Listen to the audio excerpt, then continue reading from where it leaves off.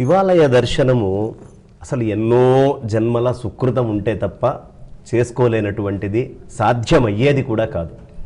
ఆయన సంపూర్ణ అనుగ్రహం ఉంటే తప్ప శివాలయంలోకి ఎవరు ప్రవేశించలేరు. ప్రప్రథమంగా మనం శివాలయంలోకి వెళ్లే ముందు ఆ రాజగోపురం దగ్గరే ఆహా శివస్పర్శ నాకు లభిస్తుంది అనే సంతృప్తితోటి నమస్కారం చేసుకోవాలి.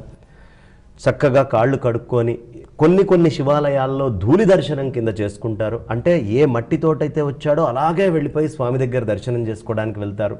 కొన్ని క్షేత్రాల్లో చక్కగా బయట కాళ్ళు కడుక్కొని అంటే ఆచారం ఉన్నటువంటిది. ఇప్పుడు శ్రీశైలం లాంటి క్షేత్రానికి వెళ్ళేటప్పుడు కాళ్ళు కడుక్కోకుండా ప్రత్యక్షంగా వెళ్ళిపోవాలి.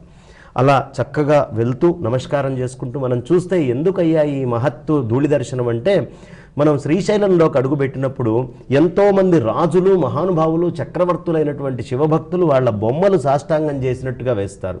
ఎందుకు వేశారు అంటే, శివభక్తుల యొక్క పాద ధూళి మా మీద తాకితే చాలు, ఆ ధూళి తాకినంత మాత్రాన మేము ధన్యులమవుతామని ఆ గుర్తుగా అంతటి చక్రవర్తులు వేసుకుంటారు. కాబట్టి ఆ పాద ధూళి, భక్తుల యొక్క పాద ధూళి తాకితే చాలు మేము పరమేశ్వరుడి యొక్క అనుగ్రహం పొందినట్టే. అంతటి మహత్తరమైంది. అలా దర్శనం చేసుకోవడానికి లోపలికి వెళ్తూ ఎప్పుడూ ప్రత్యక్షంగా శివాలయానికి అలా వెళ్ళిపోకూడదు.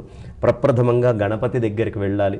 గణపతి దగ్గర చక్కగా మనము చెప్పుకొని గుంజీళ్లు తీసుకొని ఆయన దగ్గర నమస్కారం చేసుకొని అక్కడి నుంచి తిరిగి ఎప్పుడూ పరమేశ్వరుణ్ణి ప్రత్యక్షంగా దర్శనం చేయకూడదు. వెంటనే ఒక నందీశ్వరుడి యొక్క కొమ్ముల దగ్గర చేయబెట్టి వృషణ భాగంలో పెట్టి తొంగి చూస్తూ అక్కడ ఓం నమ శివాయ అని పెద్దగా అరిచి ఆ తర్వాత శివదర్శనం చేసుకొని, శివుడి దగ్గర దర్శనం చేసేటప్పుడు కూడా ప్రదక్షిణానికి ఒక ప్రత్యేకమైనటువంటి విధానం ఉంది. ఆ విధానంలో ప్రదక్షిణం చేసుకుంటూ దాంట్లోంచి బయటికి వచ్చి చివర్లో మళ్ళీ బయటికి రాగానే అమ్మవారి దర్శనం అన్నీ అయిపోయాక చండీశ్వర దర్శనానికి వెళ్ళి, చండీశ్వరుడు చెవిటివాడు, ఆయన దగ్గరికి వెళ్ళి ఆయన దగ్గర చప్పుడు చేసి నమస్కారం చేసుకొని చాలా శ్రద్ధగా ఒక్కసారి కూర్చొని ఆ శివలింగ ధ్యానం చేసుకొని అభిషేకాది పూజలు అర్చనలు అన్నీ పూర్తి చేసుకొని కానీ భక్తుడు బయటికి వెళ్ళకూడదు. హడావుడిగా శివలింగం దగ్గరికి వెళ్ళినటువంటి వాడికి ఎలాంటి ఫలితము ఉండదు. కాబట్టి శివక్షేత్రానికి వెళ్ళాలనుకునేవాడికి మొట్టమొదటిది పరిపూర్ణమైనటువంటి శివుడి మీద భక్తి ఉండాలి. ఆ భక్తితో పాటు విధిగా మనకి పెద్దలు చెప్పినటువంటి ఈ పనులన్నిటినీ ఆచరించుకుంటూ బయటికి రావాల్సిన అవసరం.